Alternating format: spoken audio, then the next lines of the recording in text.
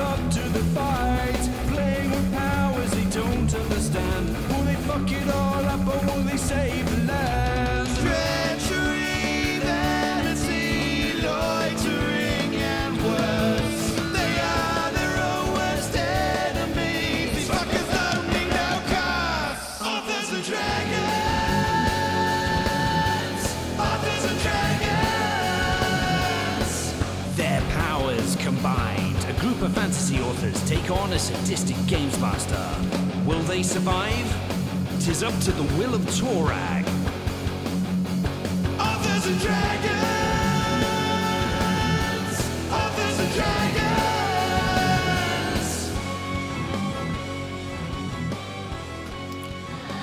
Good evening, everyone, and welcome to Authors and Dragons.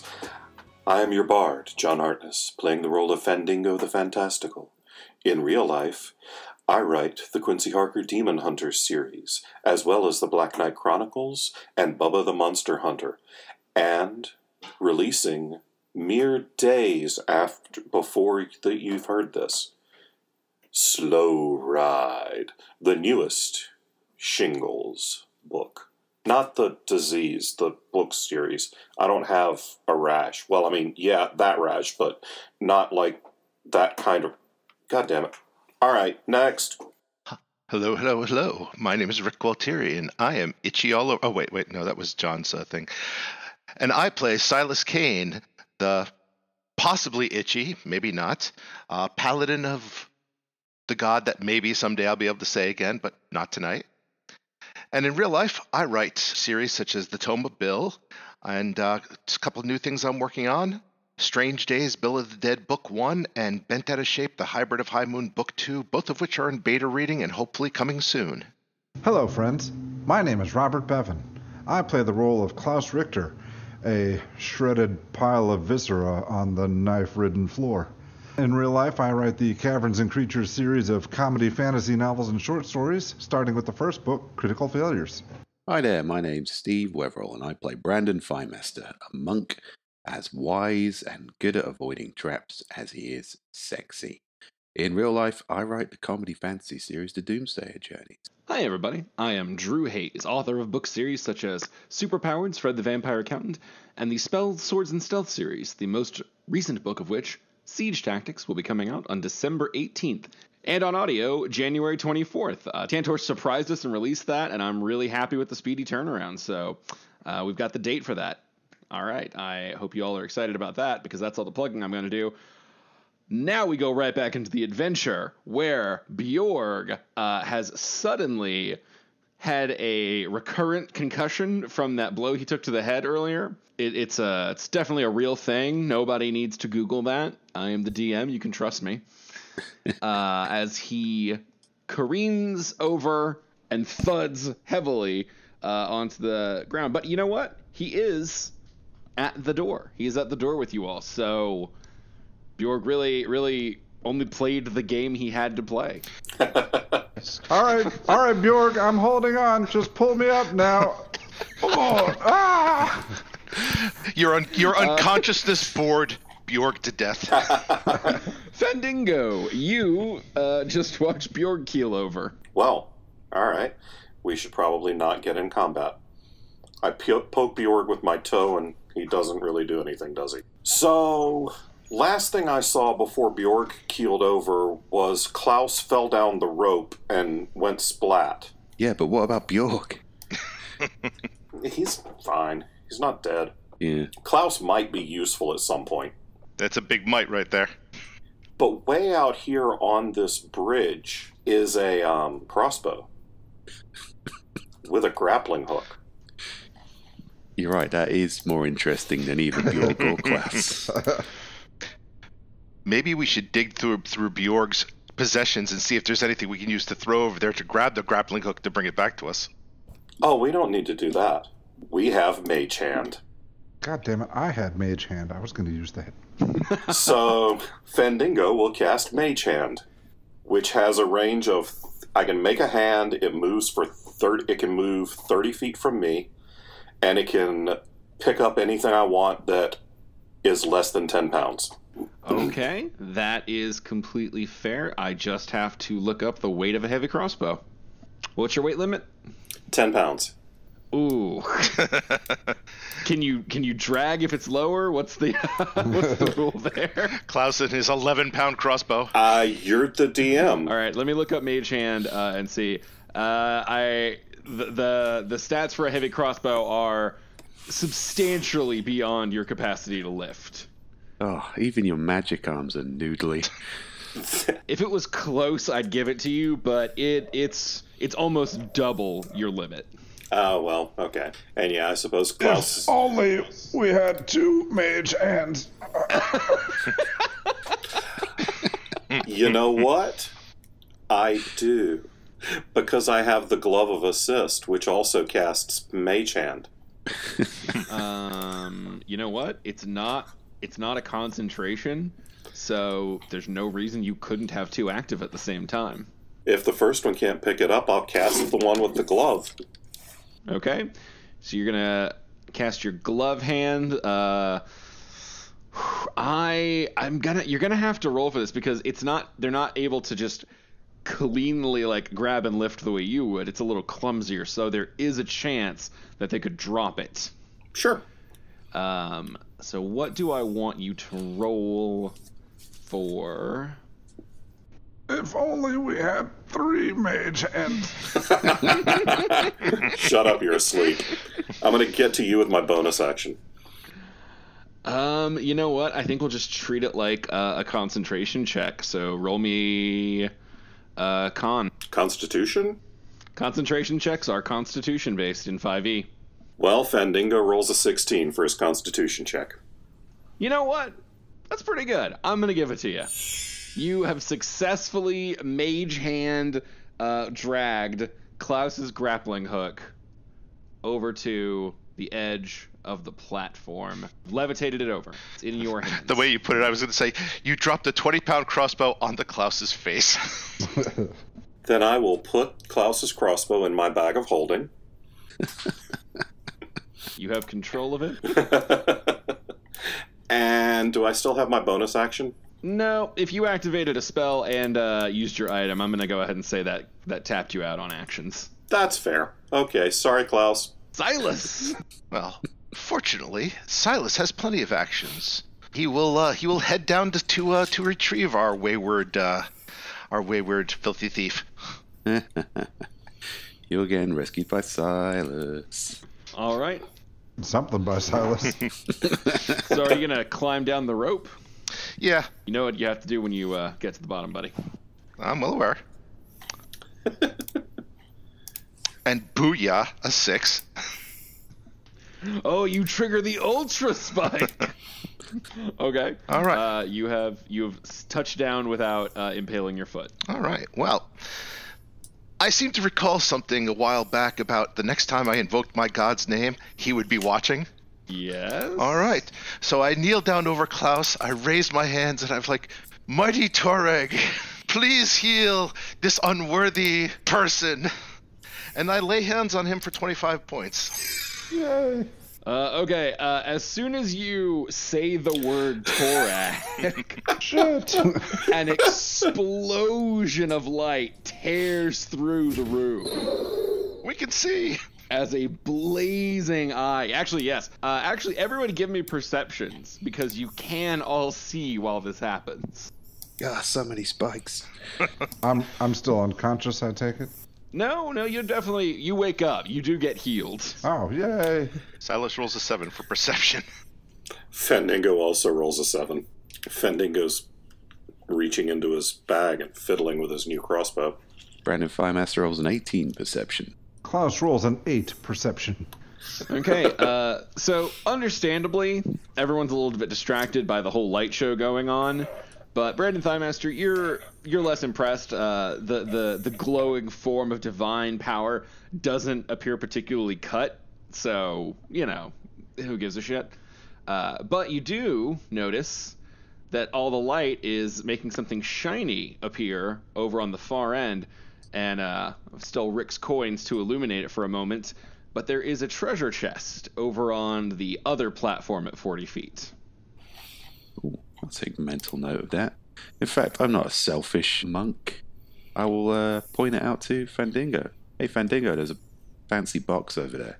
Oh, no. You are not going to be able to communicate for a moment, as basically the entire air feels as if it's frozen. It's intense, man. I mean, you're under the direct gaze of a divine being. Oh, yeah. Who just stares, and you hear this, like, weary sigh and the whispered word, idiot.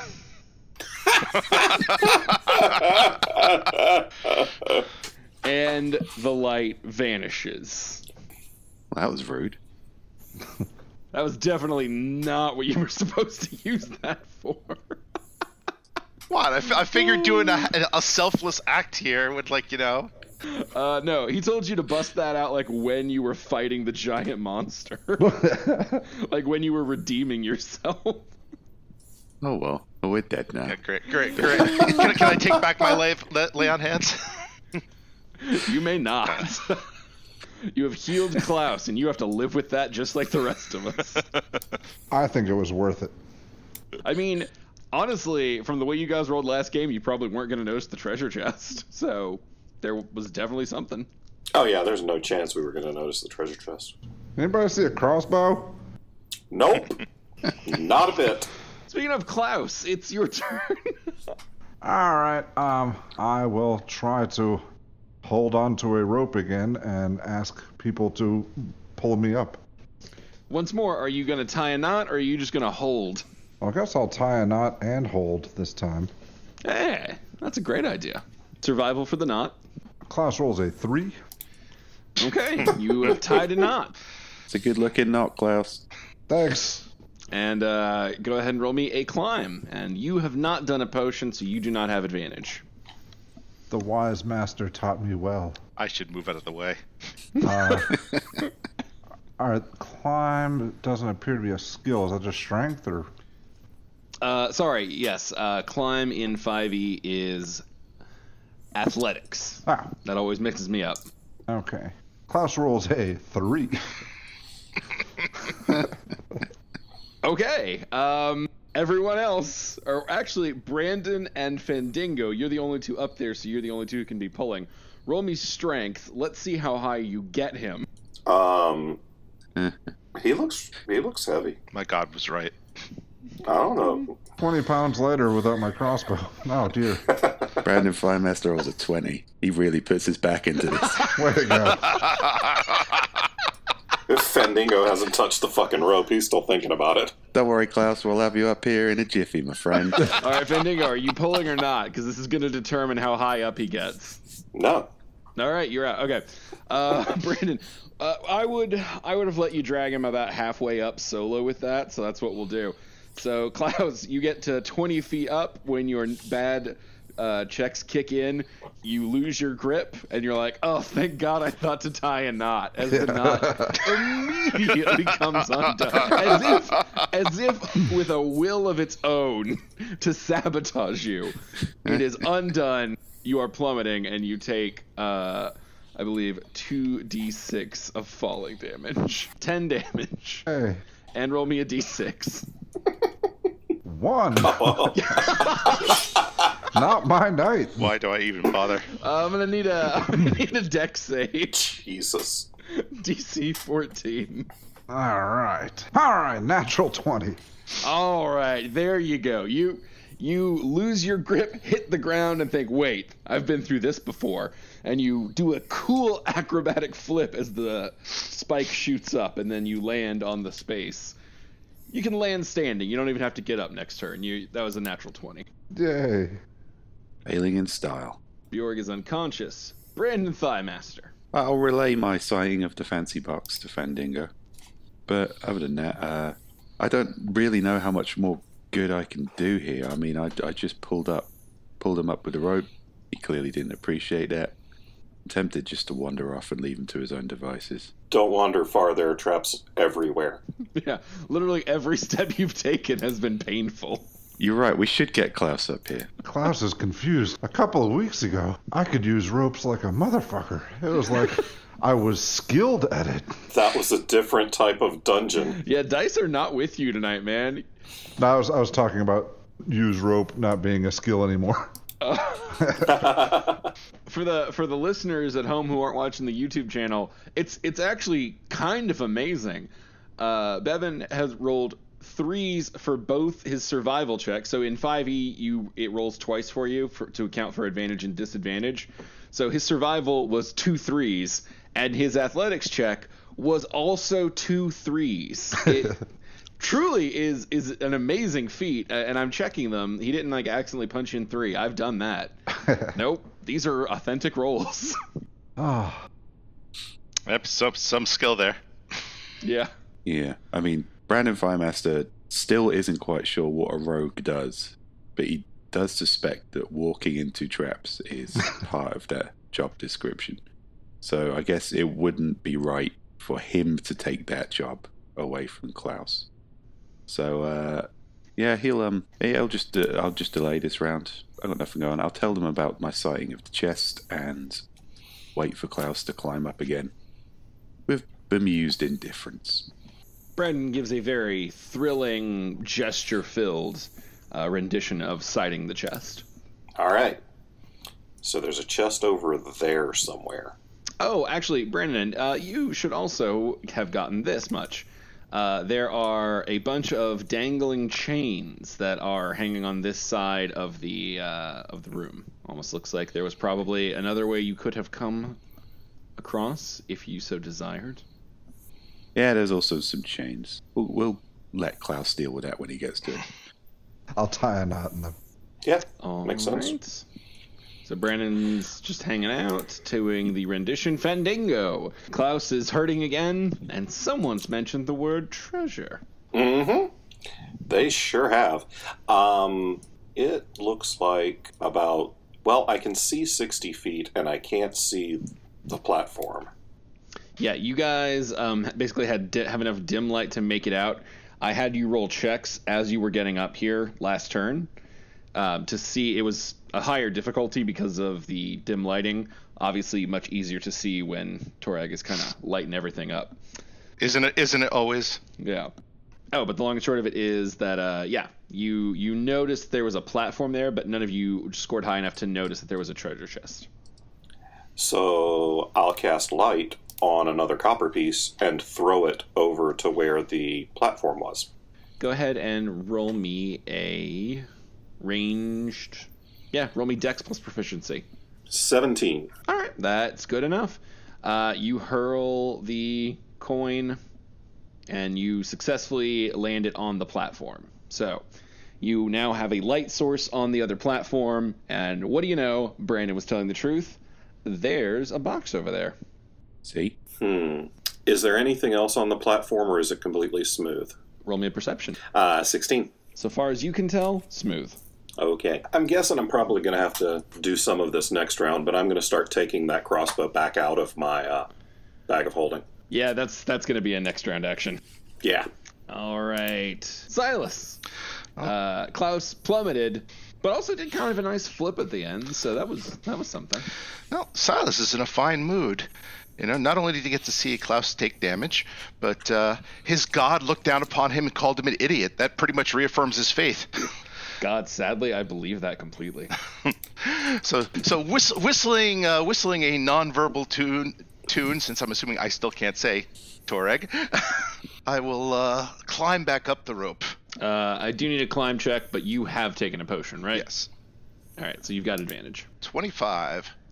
Well, hot damn. Yeah, you shimmy up the rope. Silas in his armor just effortlessly. Whoop, whoop, whoop, whoop, whoop. What's your movement speed? 30. Okay, so it'll take you a dash to get all the way up because your climb speed is equal to your movement, but you still don't have enough to get up all 40. All right. Klaus, you just watched Silas really effortlessly climb this rope. It was a thing of beauty to behold, if we're being frank. This is what happens when your god thinks you're an idiot. Well, my wise master thought I was an idiot. I think I'll try to. I remember. I know.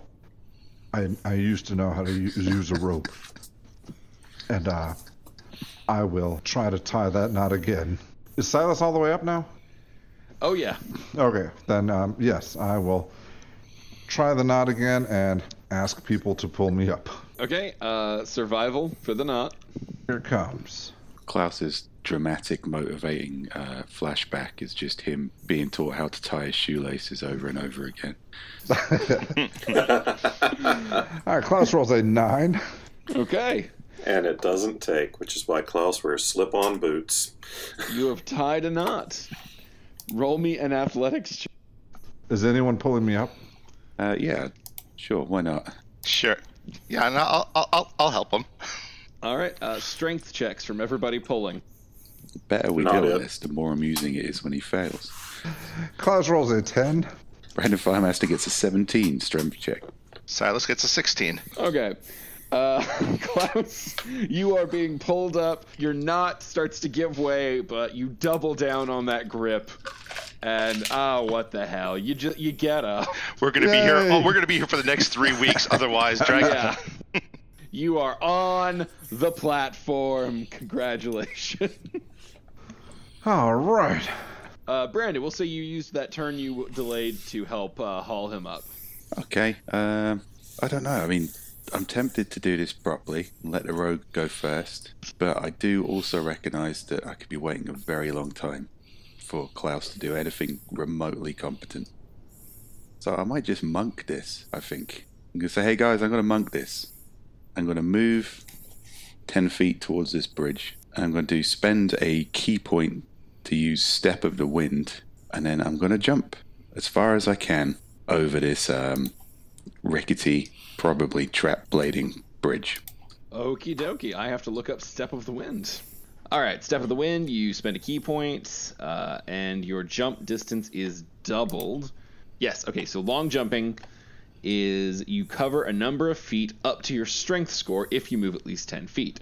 So, if you are jumping as hard as you can, Brandon Thighmaster has a strength of 15, so that would be 15 feet, which would be 3 squares, but we double that since you use Step of the Wind. So that is 6 squares, or 30 feet. Sweet. Okay. See you guys. And then he just rockets into the air. Brandon Thighmaster leaps into the air, covering a great amount of distance, and then go ahead and put yourself down 30 feet away and whatever. Lands directly on a spike. Yes, somewhat most of the way across the bridge. No, you're jumping in a straight line. What kind of fucked up jump is that? You're playing hopscotch or something. Yeah, you can get to like here. Any of the front 3 on the other side of the bridge are yours. Ah, you picked the death one. No. You land and the whole bridge kind of sways a little bit because remember, it's suspended from the ceiling. That's fine. And basically everybody but Fandango feels like, whoa, because Fandango's the only one on actual platform. Okay, other than that, does anything terrible happen to me? Nope. You land. Okay, I look back and just kind of shrug at the other guys. This one's really easy. It was quite impressive watching your dick light cover that distance. I thought so too. Do you see a crossbow? I didn't see a crossbow. I was too busy. Well, I thought that was my moment, to be frank. And I resent you taking that away from me. There's no on the crossbow. Probably not. Fandango, I believe you were reaching into your bag of holding. Yeah, I pulled out a crossbow with a grappling hook attached to it. That looks familiar. I found this on the bridge. Isn't it neat? Good. Yeah. You know what else it is? Mine. Not anymore. I'm going to try and shoot at the chest and pull it over. Do you have proficiency with Hell no. let's see. Okay. A heavy crossbow is a ranged martial weapon. If you want this grappling hook, go get it yourself. I'm guessing as a bard, probably not. Okay. Probably not. roll- But hang on, I'll tell you. No, I have hand crossbows, but I do not have ranged martial crossbows. Alrighty, then you are going to roll me just dexterity. Fendingo rolls a 14. That's not bad. You fire and it and you roll me perception. Let's see how good your eyeball calculations are. My eyeball calculations are an 8. Klaus and Silas, you guys can also... Actually, everybody can roll me perceptions. He's doing this in plain view. Silas rolls even worse, a 5. Brandon Firemaster rolls a 16. Klaus rolls a 21. Okay, you, Brandon, and Klaus both notice that because the grappling hook only has 60 feet of rope attached, it hits the 60-foot mark and goes and just drops down. No one else gets the exact 60-foot amount, but they all see the crossbow run substantially short of rope. Brandon Firemaster applauds sarcastically. I'm going to hand the crossbow back to Klaus and say, hey, here. This thing sucks. Oh, well, thank you. Klaus, if you want, you may spend your next round pull it reeling back in the rope to reload the crossbow. Yeah, I'll do that. All right, Silas. I'm gonna load Bjorg over my shoulder and step back. Not the worst of ideas. Okay, Klaus is Reeling. doing his reload. Brandon Thighmaster, you have jumped. So much jumping there. Unfortunately, I left my rope back on the other side. Otherwise, I could make us another save point here, I guess. But life's too short for save points, so I'm just going to jump onto this chain here. Okay. Roll me an athletics check. And do I get advantage on that due to the climb potion? Yes, this is a climbing based challenge, so the potion will be handy. It's crazy how useful those potions I gave you right before this room turned out to be, right? Yeah, it's just as well, really. With advantage, Brandon Firemaster gets a 16. Okay, you can successfully make it onto the nearest chain. Basically, swinging from one chain to another is going to cost you 15 feet of movement. So you can do 4 per round if you're dashing, 2 per round if you're not. And roll me a perception. Brandon Firemaster rolls a 7 for perception. Okay. You can move one more chain over if you would like. I would like. Okay, roll me an athletics. Brandon Firemaster rolls a 24. Since you did the initial jump off, you can only do the first 2. You don't have enough to dash. Sure. That's fair. Okay. And... If I have any other kind of action left, I will shout back, don't forget my rope. On it. Okay.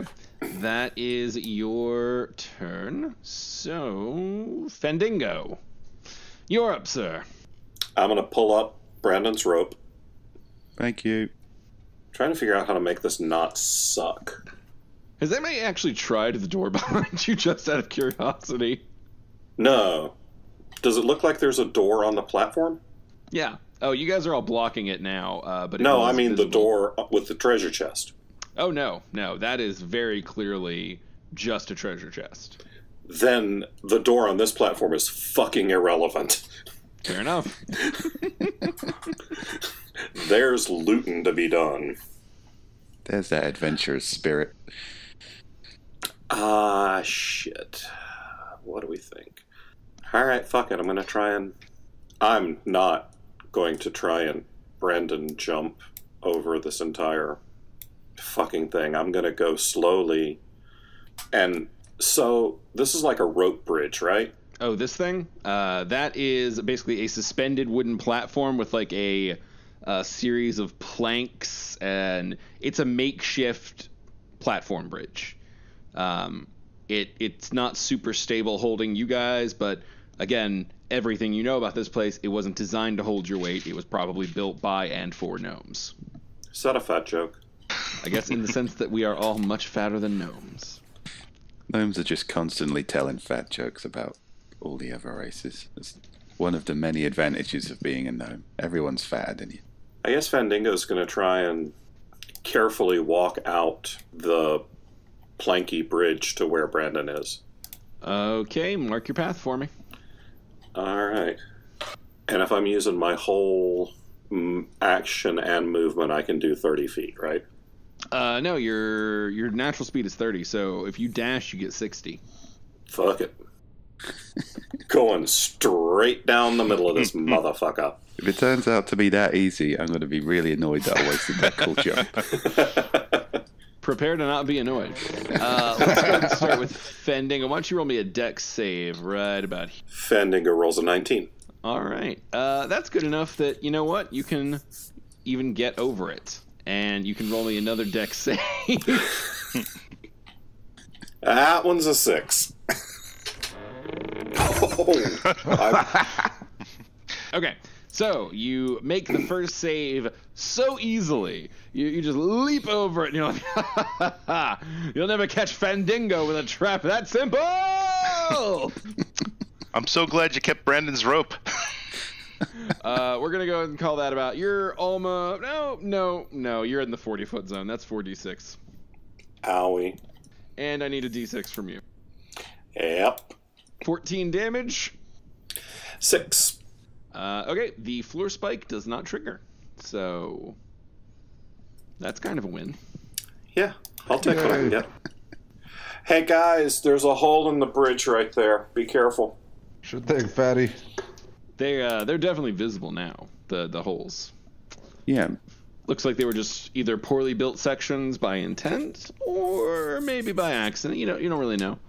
But yeah, they were not built to actually support people running over them. You have studied the ways of the rogue, I see. And now I understand why you're the notorious ROG. How far down do these chains go? I don't think we were paying attention when Silas was traveling through. Silas wasn't paying attention when Silas was traveling through. That's fair. I figure I'm laying on the floor now. I can just look.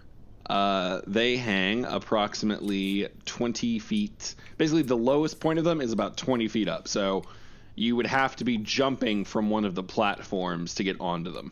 Of course I would. All right. While Fandingo's looking up at the chains, I will wave down at him. Hey, bud. Yeah. Brandon came in like a wrecking ball. I brought your rope. Thank you. You hang on to that. Don't worry. All right.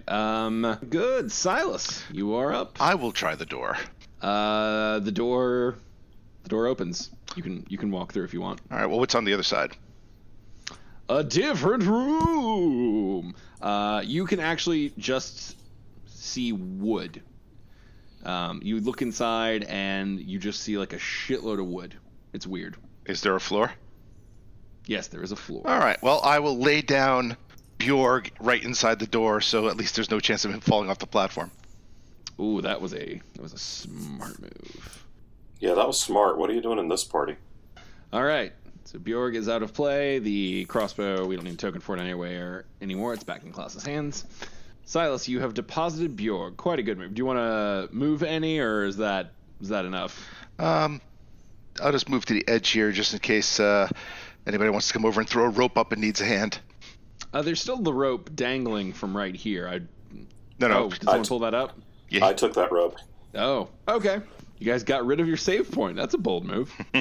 My save point is bald, mostly naked, and swinging from a chain. Klaus, you have successfully reloaded your crossbow. Wait a second. I want to know how John has a camera in my garage.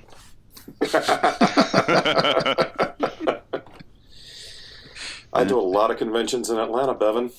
Okay. Yeah, Klaus is going to go hang out up here on the platform and enjoy the show. Yeah, all right. Brandon Thighmaster, roll me an athletics check. Brandon Firemaster rolls a 19. Ooh, that is quite nice. Go ahead and move yourself one chain at a time. Just fucking around? Yep. Next chain. Okay, you make it to the next chain safely. You may proceed. Your one roll will cover 2 chain movements. I'll give you that much.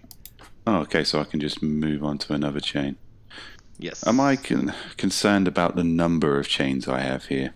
I mean, I've got a choice of 2 chains now, and that doesn't sound like the room's just being overly generous.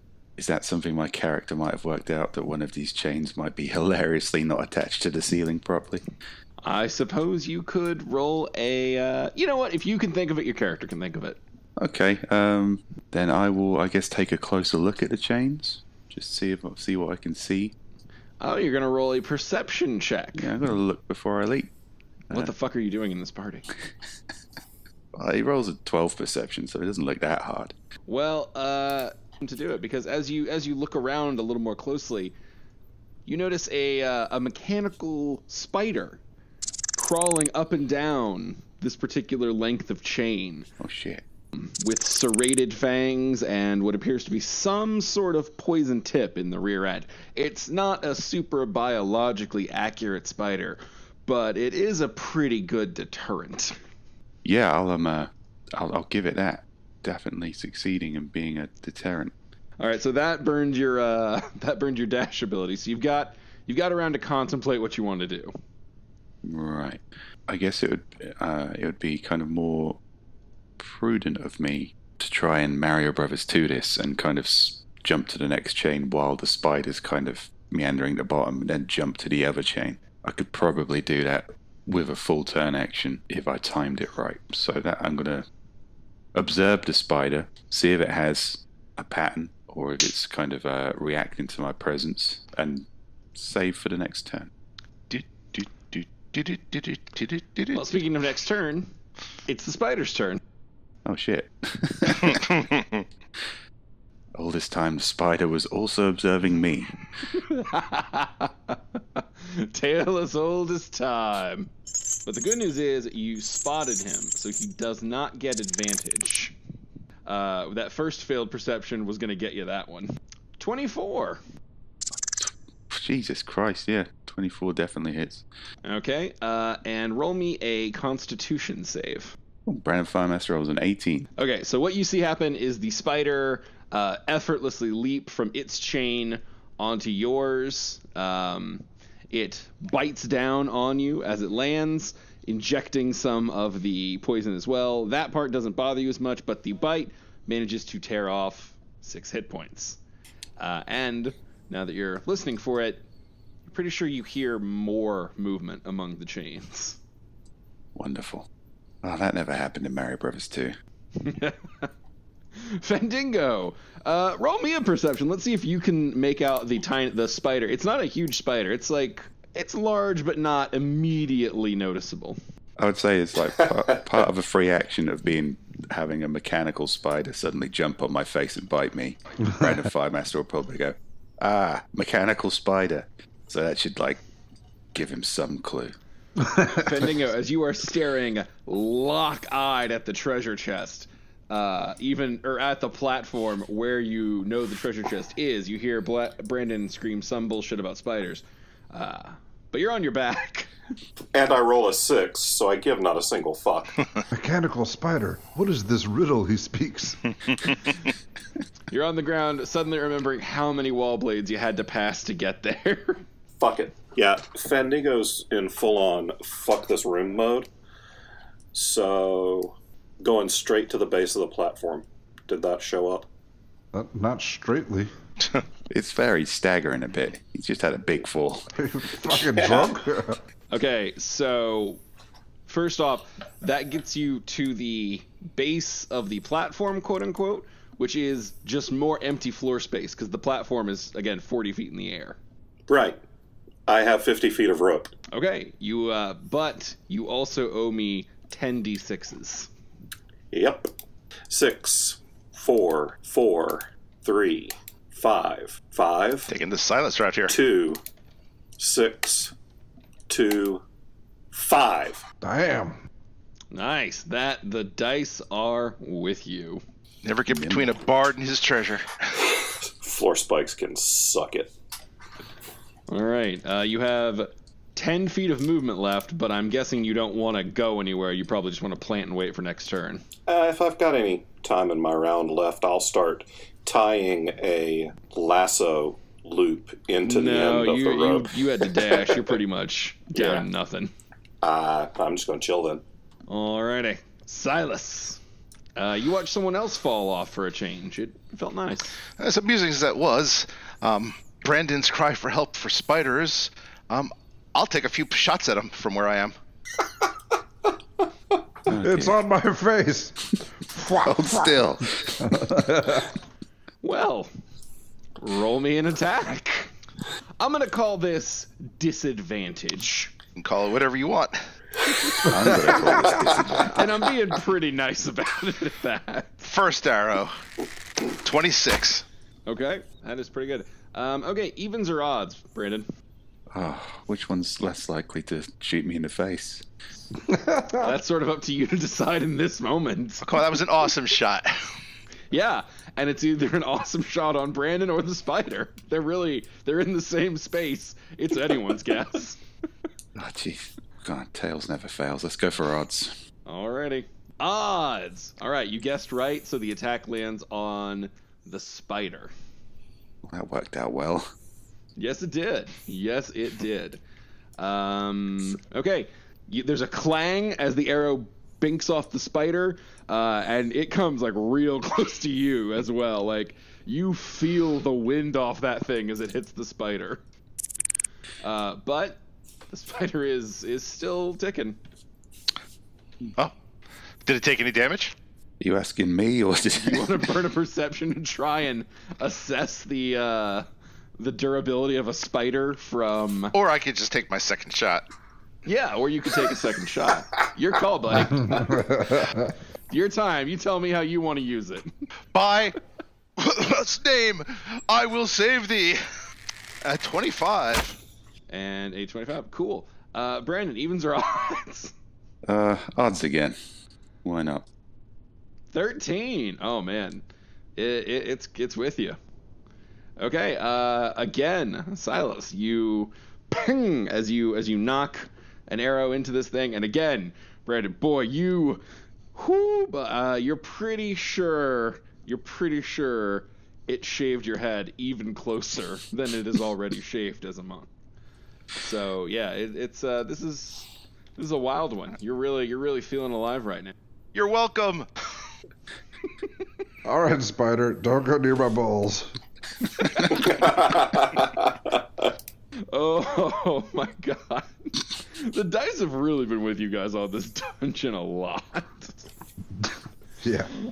Klaus, you are up. Speaking of the dice being with us, Klaus can even tie a fucking knot. What do you mean? The dice? All right, mostly with Silas, but you know that was a pretty good run from John, and you got real lucky on those two. Very lucky, Brandon. yeah. all right. Now the problem with the crossbow was it had exactly enough rope to not make it to the platform. Yeah, it has the 60 feet of rope, I think is what we gave it forever ago. And so from even the edge of the platform, you could just get to here, but you couldn't actually land it into the chest. Yeah, well, just for fun, I'm gonna try again. Okay. All right, I'm gonna shoot at the chest. Roll me a ranged attack with your heavy crossbow. Wait, Klaus, do you need some rope? Nah. That's good, because rope is a sin. Wait, what? I don't understand. All right. 26. Awesome. Yeah, you are right on target as you fire it off, and then it hits 60 feet and runs out of rope. That was fun. I reel it back in. Yeah, it's a great shot. If there was enough rope, it would have hit dead on. Awesome. That's good to know. Brandon Thighmaster, there is a spider that is not happy about your presence. How do you feel about it? It's fairly mutual, but it's not my biggest worry at the moment. It's the guy firing arrows at me. So I'm going to burn another key point to use Step of the Wind so I can get a free disengage to move away from this spider. And then I'm going to move as far away from the spider as it's possible for me to do. Roll me an athletics for your climbing. Okay, with an advantage, natural 20. Well, damn. Yeah, you are definitely... You don't have to roll any more athletics this round. You're good. Sweet. All your climbs are good for this round. So that'll get me 2 chains, hopefully. Technically, your Step of the Wind was a bonus, so you've got the ability to you've got a standard left, so you could still dash and get an extra 2 chains, or you could punch something. That spider didn't seem particularly bothered about being shot, so I'm just going to get the 2 chains. And I guess I'll wait for my next round to try and jump over to the platform. All right. Providing I live that long. Well, from nearby, you see Spider decide to come help you. And this one hops closer, and you hear more skittering noises. All right, Spider is going to try and bite you. 21. 21 will hit. 10 for 10. 10 for the bite, and then con save. Brandon Firemaster rolls a 20. Woo, man, you are feeling fine. That green shit ain't got nothing on the soup the monks used to make on Fridays. Okay. They said it purified your soul, but you were pretty sure it was just a way to get everything else you'd eaten in the week out. Yeah, I've been detoxifying pretty much my entire life. You know, I'm not going to stop now just because a spider's biting me. It's always the fat-free gummy bears. That's all you're ever eating. Side note, if anyone ever finds those, I am really curious to try them. I'm really curious to put a video camera outside Drew's bathroom door. Look, if Steve is willing to almost shit his pants for the entertainment of the fans, can the rest of us ask any less of ourselves? I think it's the least any of us could do, really. Yeah. For the fans. For the fans. All right. Well, that was the spider's turn. Fendingo. I want to make a lasso in the end of the rope and try and blindly lasso the chest and pull it down. Okay. First, let's do survival to make that knot on that lasso. Fendingo rolls a 5. Okay, you have tied your lasso knot. It's a great looking knot, say from above. Thanks. Yeah, you're all a bunch of fucking Boy Scouts. I'm a weebelo. Oh man, I guess honestly for swinging a lasso up, I feel like it's just got to be athletics. That's the only thing that kind of makes sense skill wise. So Okay. Give me an athletics. Fendingo rolls a 7. Okay, you whip your rope in a lasso. The knot comes undone, and now you're just sort of swinging a rope around. Yippee-ki-yay. Yeah, well, that happened. I mean, you didn't fire a crossbow across the map, so it's not like the worst thing you could have done. I mean, if I had paid enough attention to know that Brandon was surrounded by mechanical spiders, I'd probably throw a fireball at him.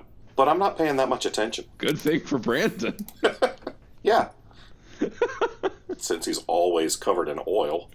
So far, distraction has been the greatest ally the party has had. Yeah, the greatest advantage I have in this situation is that Fandingo hasn't tried to kill me yet. Silas. But fortunately, it's Silas's turn. Does Brandon still look like he's in trouble? Brandon, you're going to have to answer that one. I'm not going to describe your character's state of mind. I'm absolutely fine. I'm breezing through this. But the spider you failed to kill is still hanging there. And I guess mocking your god, probably. I'm pretty sure I heard him say that Torag sucks. I will shout across. All right.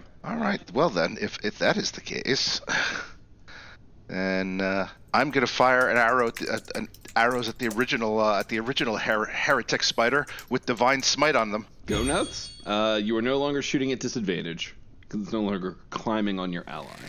First one, 17. This is the first time it hasn't been so ridiculously high. I actually have to check the AC. Yes, that will hit. Okay, so that does 13 plus 8 points of radiant damage. Well, damn. All right. You knock a big old chunk off of that spider. Yeah. Who's making fun of now? Oh boy, yeah. When you go near it, like it feels like a dry rasp. All right. Send another one his way. Same deal. All right. Fire it off. 16. That'll hit. All right. 12 points of regular. 14 points of radiant. Oh, that spider fucking dead. Yeah.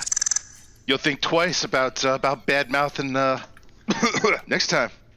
He basically, the first arrow knocks it off the chain and has it like spinning through the air, and the second arrow just hits it right through the heart and blows the whole fucking thing into pieces.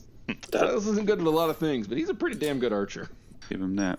I mean, there's a lot of things he's good at. None of them are anything we want someone to be good at. That's actually very true. Yeah, well, you can't always get what you want. We definitely didn't get what we needed. But we usually get what we fucking deserve. Quite true. Silas Kane, the paladin we deserve. Paladin this party deserves. Glass, you're up, man. Klaus decides to not deliberately waste his time, and he will go to on the bridge just before the second hole. Okay, roll me an athletics to hop over that hole. Would an acrobatics not be more appropriate? Nope. We're doing athletics because it is a jumping. Couldn't hurt to try. Oh, it could very much hurt to try. Yeah. Alright. It did hurt to try. Klaus rolls a natural 1. Klaus like walks up, almost steps into the hole, stops, realizes it's there, does a very like theatrical jump, and then like runs out of momentum directly over the hole and just plummets straight through, nothing but net. Wile E. Coyote this motherfucker. You truly, truly did. Taking 4d6 damage. And I need a d6. We've got a bard that plays the lute, but really we need a bard with one of those sad trumpet noises. Hey, Klaus rolls another 1. So 13 points of falling damage, and I need a dex save. I'm going to put in 2. Thanks for that healing, Silas. Thanks for wasting it. Yeah. I just wanted to make your encounter with Toreg as useless as possible. What? Excelsior job there. What am I doing now? Dex save? Dex save. Alright, 27. Alright, you definitely avoid the floor spikes. You're an old pro at that now. You're like, alright, I know how this goes. I fall, I land, I roll. And you do. Oh man. I should have wasted my turn again. You really have the most, like, you always get the natural ones at the most cinematically opportune time. And the natural 20s when it doesn't fucking matter. Alright. Brandon Thigh-Master. Natural 20, you picked the salad fork. You know, remember second edition etiquette was a skill? None of us put any points in that. Oh my god. Jesus. Steve, what you want to do, man? Well, ideally, I want to burn another key point for another step of the wind. And I want to make the jump from this chain, away from this spider, and directly onto that platform. Is that something that looks feasible? It's definitely feasible. Okay. This is going to be an athletics check. Yeah, there's not really a hard and fast rule for leaping from chain to chain, so I'm just going to play this one by ear. You do get advantage, though. Since you are doing all of this like with climbing and jumping and you'll grip on, I'm going to say this is climbing adjacent enough to keep your potion advantage. And you're going to need it, to be honest. Cool. Right then. Athletics is 18 with advantage. That's fair enough. You rolled the number of feet at least. Okay, I'll give it to you. You swing on the chain, you disengage from the spider, which I like to imagine is you just like emphatically brushing it off your shoulder like go, go, go, go, go, go, go, go, go. As you swing up, release, tumble through the air, and grip on to the edge of the platform, and what the hell? You pull yourself up. Congratulations, you have made it to the platform and are staring at a treasure chest. I'm not. I'm staring back at the spider and flipping it off. It is waving its little appendage at you. Whoa! Whoa! They're adorable when they're not biting you. Okay, right. That was a great turn. That was a good turn. Fendingo. Hey! Brandon's up there. I wave down at Fendingo again. I'm gonna throw this rope to you. You should pull me up, and then we can look in the chest. That sounds fair.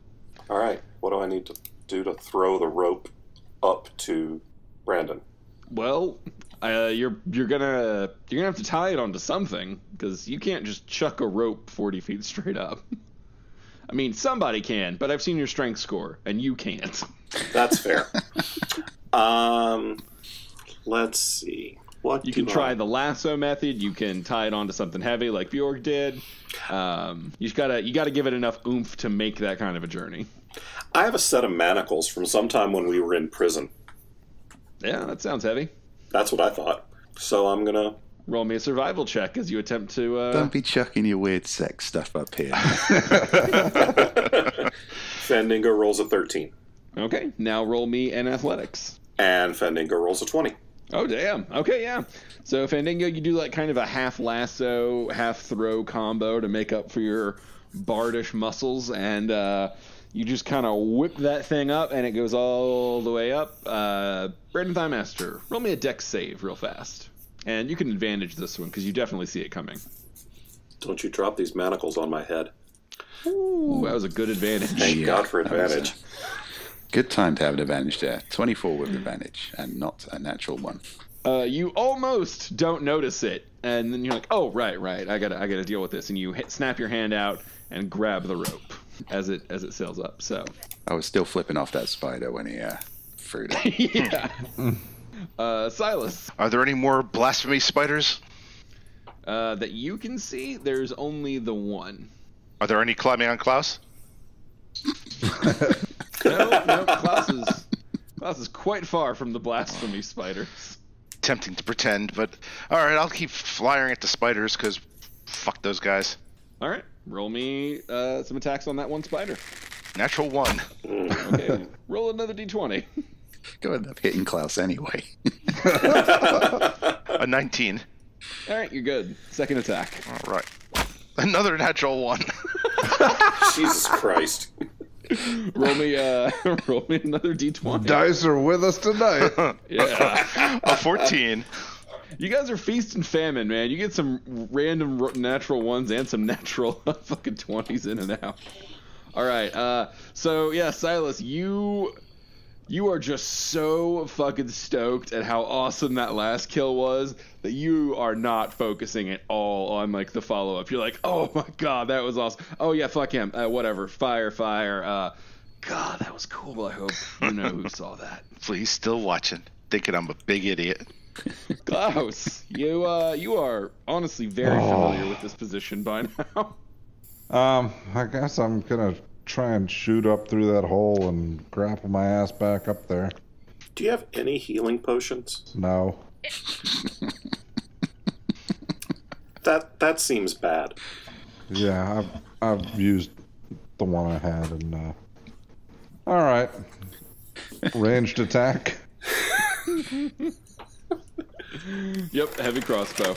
Klaus rolls a 15. All right, that is adequate to basically shoot up and arc over. So yes, you can sink your crossbow into the bridge. All right, okay. I would like to reel myself up. Roll me a perception. Klaus rolls a 15. Okay, you get 10 of the 40 feet up with the wheeling in, but you're noticing that it's putting a lot of strain on this poorly built bridge. Klaus will reel his way back down. Oh no! Oh, that's your turn, cowboy. You're hanging there. Okay. It's as you're like getting up that you're like, wait a minute, this is looking a little sketchy. Brandon Thighmaster, do you want to open the chest or haul Fendingo up? I'll haul Fendingo up. Fendingo, you did not tie a knot around yourself, so go ahead and roll me a athletics to hang on. Oh, but you have advantage because you took a potion. That is correct. And it's a good thing, because with advantage, Fendingo rolls a 15. Brandon rolls a 12 to pull him up. All right. One person and Fendingo. What are you? You're Half-elf. half-elf? Okay. With a 12, you can pull him, but he's only going to get like 10 feet up. Well, he's got a climbing potion. I should probably just let him climb the rest of the way. Well, there's not much I can do about it now. I'm kind of suspending a bard at the moment. I will spend the rest of my turn doing that. Okay. Yeah, Fandingo, you go right after Brandon. So if you want to roll me another athletics check to start climbing up as he's doing it, we'll just let you kind of work in conjunction. Yeah, okay. So Fandingo rolls a 19 to climb further. Okay. We'll say that together, the two of you can just get Fandingo up using your terms cumulatively. You'd have done it eventually. High five. Thanks, bud. You basically got it. Teamwork. Special Brandon Firemaster high five where we don't actually touch. I'm good with that. Good. Being this close to you makes me feel a little awkward. That's as it should be. Silas, that spider is kind of shaming you, man. A 23. All right, that will hit the spider. Die, Blasphemy Spider. For 14 points. To be fair, you don't know if this one said anything negative about Torek. You know something? He was friends with one who did. Wow. All right, you can take your second shot. It's still there. Best choose your friends carefully next life. 24 That will hit. for 12 points. All right. 2 more arrows ping off the spider, and it starts flipping a leg at you. The sassy robot spider. Klaus, you are hanging 10 feet above the ground under a precariously bendy bridge. All right. If it could hold our weight walking, it can hold my weight reeling. Klaus is That's gonna. the spirit. Yeah, Klaus is gonna keep going for it. Okay, roll me a dexterity. I feel like is the best way to measure how gracefully and gently you can do this ascension. Roll me just a dexterity check. Actually, you know what? If you have sleight of hand, I'll let you use that. That might give you a little bit more. Natural 20. Buddy, that was the fucking time for a natural 20. I'm gonna tell you. You're putting 1 point of weight, like the entirety of your body's weight on 1 point of this shitty bridge. That was about the only way this was gonna work, but it fucking does. Klaus, you have successfully made it back on top of the bridge. Yay. You can be on whichever side of the hole you would like to be. I am gonna be on the on this side. On the side closer to the door or further away? The door. Door. Okay. Brandon Thighmaster, you and Fandingo are looking at a chest. I'm going to delay my action so Fandingo can open the chest. He's come all this way. I wouldn't want to see the look on his little face if I opened the chest. Brandon's already got a good enough chest. That's very fair. Dingo's looking at it. All right, Fandingo. Does the chest have scorpions written on it? Not in any language you can read. All right. Gnomish. Brandon, does the chest have scorpions written on it in Gnomish? Why do you think he's letting you open it?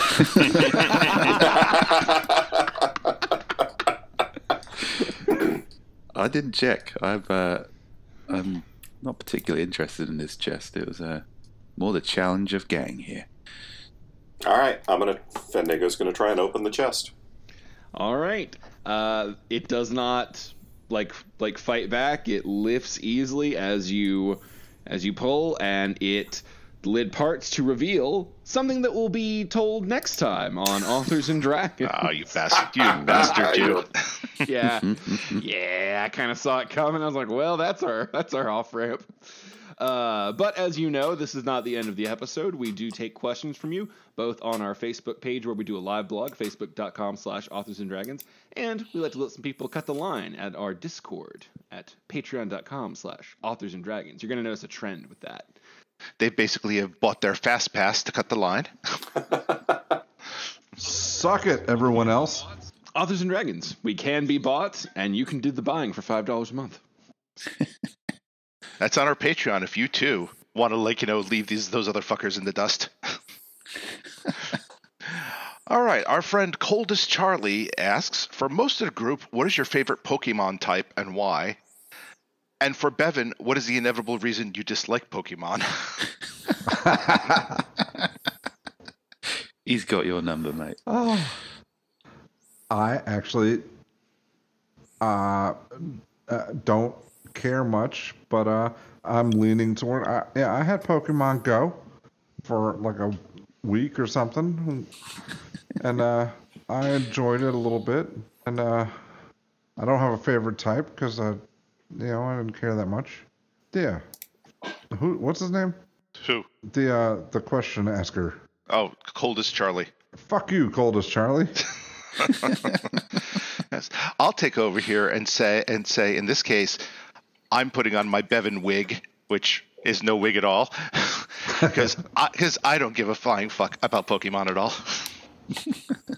I like Ghost type. Ever since Gen 1, I know it was a little broken, not as good as it should have been, but I don't know. I like the fact that normal moves don't work on them. Nightshade's kind of a kick-ass ability. The Ghost Steel one from X and Y. I can't remember his name, but it was a sword. It was a dumb design, but it was a fun Pokemon to play. I'm glad I didn't make a choice because I don't know what the fuck you were talking about. Yeah, I don't give a shit what you were talking about. I don't understand a goddamn thing you just said, so yeah. So I don't have a choice either. I've never actually, played the game. Suck it, Pikachu's Charlie. one of those things, right? I did watch the cartoon a lot, and I have played them in Smash Brothers. I had a T-shirt one. Fuck you, Charlie. I played the Pokemon Go thing for about longer than Bevan, but not more than 2 weeks. I think it's safe to say that everybody played Pokemon Go for about a week on average. Well, not everybody, because I was out there in the park with my phone, and this was back in Mississippi, and rednecks were driving by in trucks, shouting and making fun of us and saying, "Gotta catch 'em all!" And yeah, those are the days. Deep Ellum was alive with motherfuckers walking around because that whole area has tons of Pokestops. My fucking apartment used to be on a Pokestop, and it was a little bit addictive. I played it for a while because it was just good for me. I was walking a shitload. But yeah, there were whole groups of people bar hopping and playing Pokemon Go for weeks and weeks there. And then there weren't. It was a weird time. Yeah. I was going to say that the guys down in Mississippi were probably like, look, there's minorities. Got to catch them all. Oh, dear. Gotta catch them both. Yeah, I mean, they were probably, to be fair, those guys were probably out catching real animals and making them fight each other, so it's just fucking Amateurville as far as they're concerned. Rabid raccoon, I choose you. Homeless man under the bridge, I choose you. Cat I think might be a puma I found in the Denny's dumpster. I choose you. He's unfucking defeated. Yeah. Roadkill possum, I choose you for dinner. That cartoon. I gotta be the very worst. One dude walks up, it's just a gator on a leash. All right, that's a pretty good answer for the Pokemon question. Gator on a leash. All right, Ellie Mae, I choose you for breeding, sis. Damn, Redneck Pokemon sounds like a much more fun game. All right, moving on. Speaking of what we just talked about, our friend Trauma. Incest? I mean, probably. It's a possibility. I do like our Patreon guys. Our friend Trauma asked, if you were forced to swap characters in the game, whose character would you choose and how would you play them?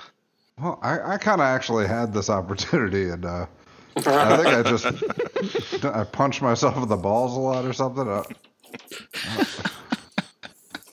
Yeah, I mean, that's pretty much how you play Klaus, metaphorically.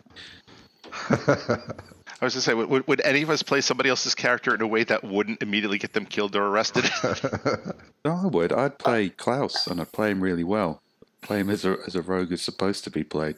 Ouch. And we probably would have, finished the game by now. We certainly would have finished this trap room a long time ago. I'd want to play Arrow of the Gods, but I don't give a fuck about Silas. That is a good point. You could play Silas and play him how a paladin is supposed to be played, and we'd probably get a lot further as well. On this very special episode of Authors and Dragons, Brandon Thighmaster discovers beer and chocolate. Yeah, well, now that Steve's being a dick, maybe I'd play Brandon Thighmaster and just go rub my dick on everything or on everyone, and and have so much for your celibacy. I was going to say, how is that any different than how you play Klaus? Well, it's not, but it matters to him. Invasion of the petty body snatchers. Yes. I'd fuck dirty whores. I feel like if I was going to take a character on, I would most likely go for Bjork, because truly a barbarian is about as far from Dungeon Master as amount of mental effort demands can be. Dungeon Master creates an entire world, barbarian smashes through it. Yeah, that's fair. Yeah. We all smash through it. Barbarians just do it the most efficiently. The least style. I don't know. Klaus has a pretty good style. He's smashing through it with his body. My face. Yeah. But sorry, John, nobody wants to be the bard. It's like he's trying to rope-a-dope the world. Like Klaus is just like, come on, is that all you got? You're gonna wear out pretty soon. I like my rogues like I like myself. Beaten down and broken by life. Just slamming life with my face. Fucking dirty whores. Say what you like about Fandango, but I think he's the only one who's consistently playing his character as expected. I think that's the great thing about the bard, is everyone expects incompetence. So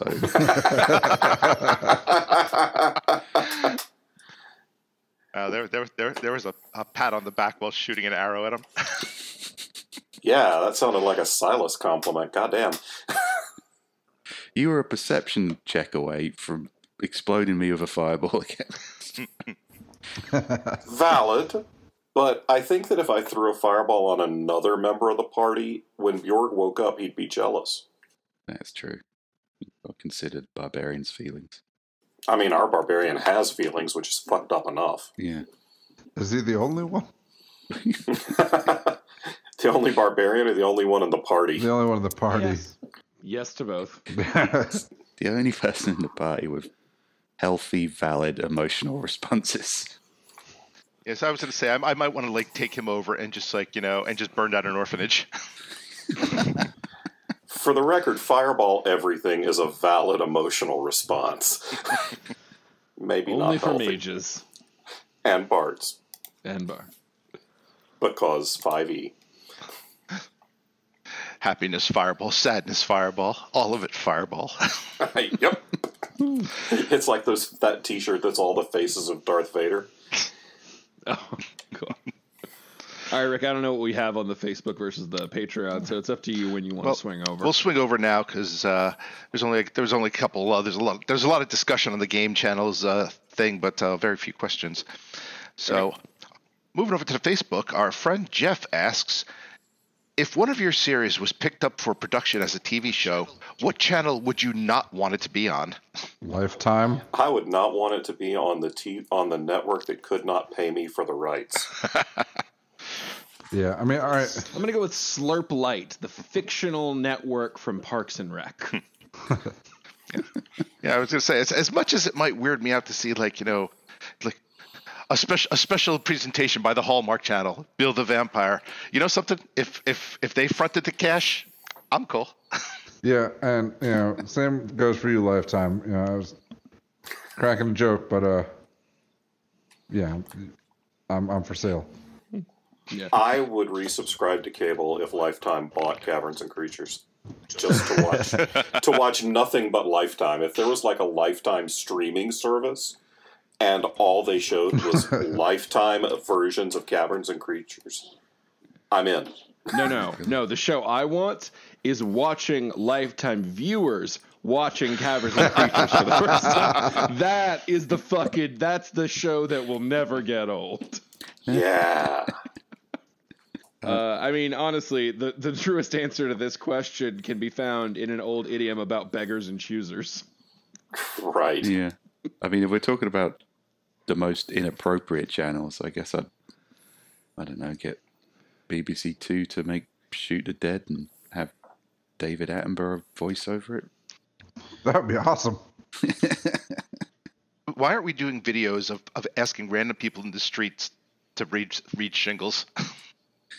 That's a YouTube channel right there. Oh my God! I should just video when I read shingles, and not video me reading it, but video the poor bastards that have to read with me. It's like Jackass for indie office.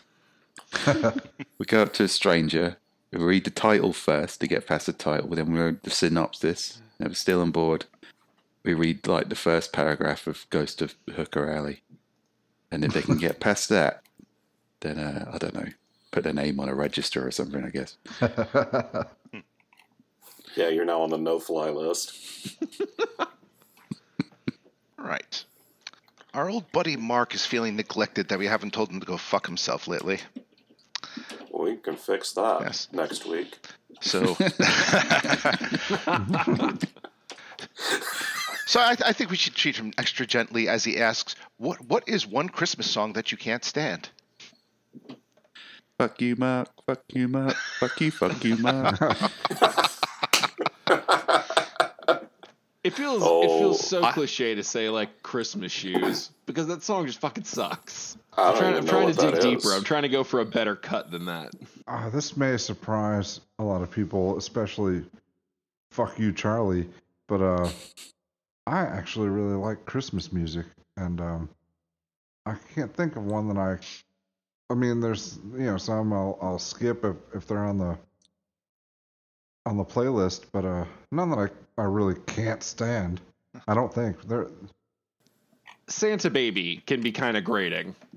I mean, I recognize the talent of the woman singing it, but just the tone and everything, that one can wear on me. Oh my God, I it's like I'm in Bizarro universe because I'm playing Bevan tonight. Because I was going to say, aside from Trans-Siberian Orchestra's Carol of the Bells, pretty much I don't like any Christmas music. What? Oh, come on, there's a lot of great shit. I mean, I like most of it. I don't like Holly Jolly Christmas. I love that one. Okay. Do you guys get slayed over there?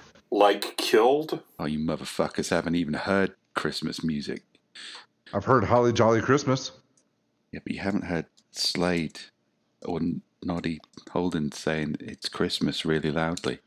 Look it up. Slade, Merry Christmas, everybody. We play it every year, and the guy who wrote it just sits on a pile of gold because we play his song 1 billion times a year in December. I was going to say, is that the music video? Because I might actually watch that. Speaking of annoying Christmas music videos, what's that one you did a few years back, Steve? Oh, Christmas song. Is that what it was called? The one that goes Christmas song, Christmas yeah, song. Yeah, that's Christmas the one. Song. Yeah, that's the one.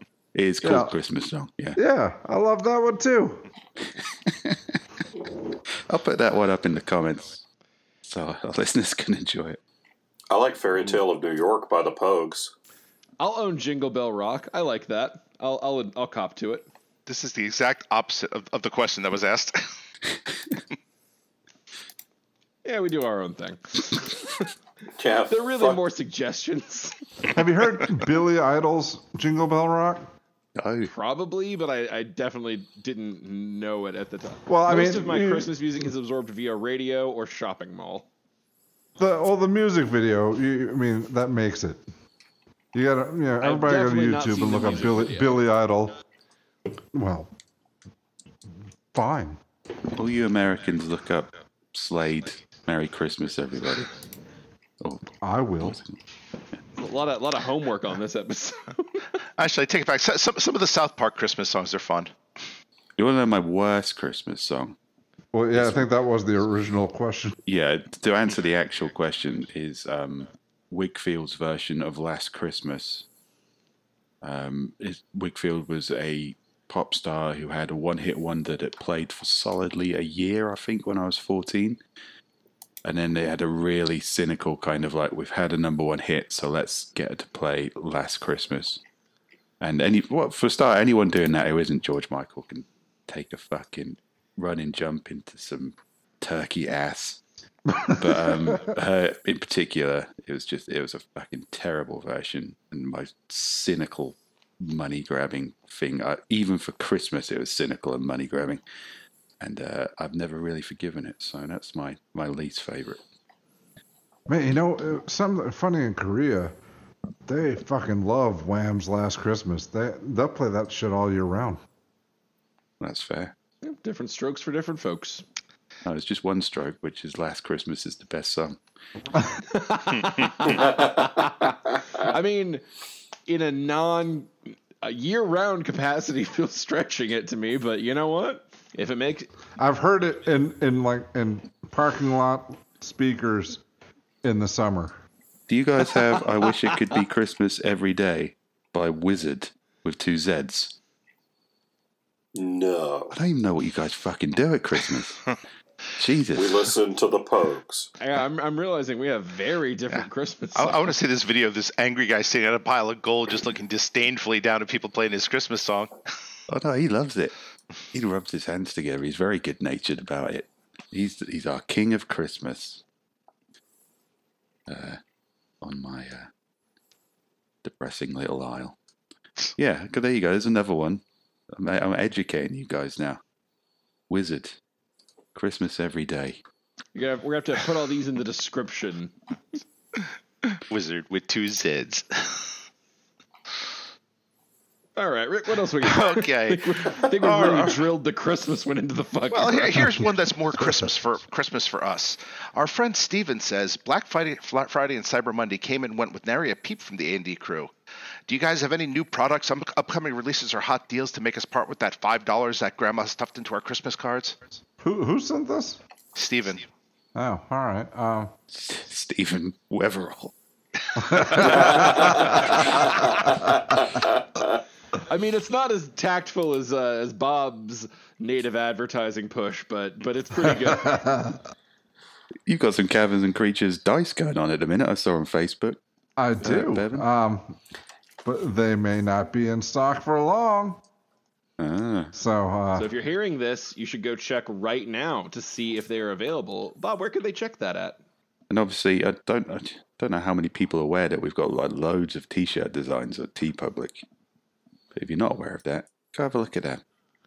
But yes, in the month of December, I have released a new Shingles book. Next week, I'll release one new Quincy Harker novella. I'm releasing another Quincy Harker novella before the end of the year, plus a 4-novella collection, and I'll be releasing an audiobook and an audiobook collection, all in December.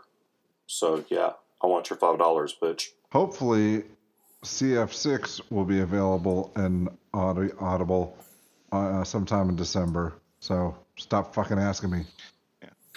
Yeah, I got 2 books that might or might not make it for Christmas, but I would say, yeah. If other than that, why aren't you wearing an Authors and Dragons T-shirt and giving us free advertising? Mind you, not free for you, but free for us.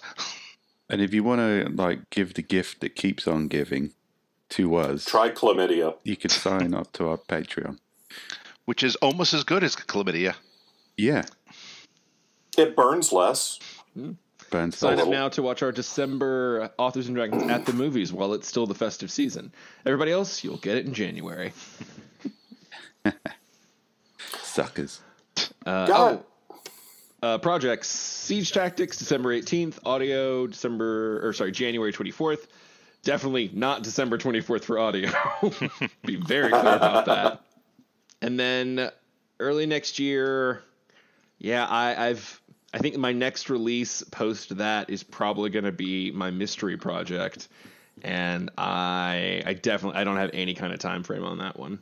So probably early 2019. Expect to find out at least what the mystery project is. Woo! We want to do any more? Yeah, after following John, it's like, I've got one book and I'll tell you the name of another next year. Yeah, all of us are like, yeah, we might have a release. And John's like, yeah, well, here's the 17 releases that'll be coming out tomorrow. Yeah. I feel like I'm fucking in school following the smart kid at a presentation again. And that's how Congress works. Hey, I'm Drew. These are rocks I found. I didn't mention that Falstaff is releasing, I don't know, probably another 10 books. And for whichever one of you bastards is always messaging me and Steve, The Last Volunteer is in production for audio. Yeah, one guy is interested. Yes, we've hired a narrator. He's working on it, I swear. And he's even British. Merry Christmas. Well, I can't think of a better place to end than on plugging, so... I thought you were going to say a better place to end than on British narrators. I thought you were going to works say too. pegging, but my head went somewhere different. All right, we will see you all next week with a side quest, and we will pick the game up in 2 weeks on Authors and Dragons.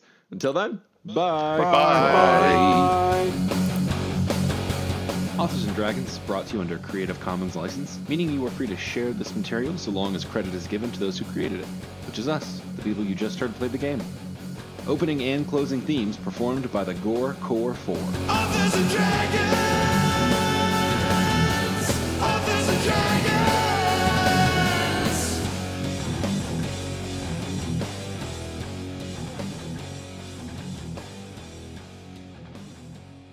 I'm a Weebelo.